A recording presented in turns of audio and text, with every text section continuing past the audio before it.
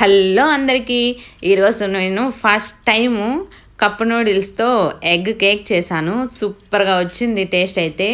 First ఒక cup noodles box తీసుకొని దాంట్లో ఉండే మసాలా అంతా చింపి దాంట్లో వేసుకునేసి హాట్ వాటర్ లైట్గా కొన్ని మాత్రమే వేసి పైకి మూత క్లోజ్ చేసేసి పైకి కిందికి షేక్ చేస్తే అదంతా మెత్తబడుతుంది అనమాట నూడిల్స్.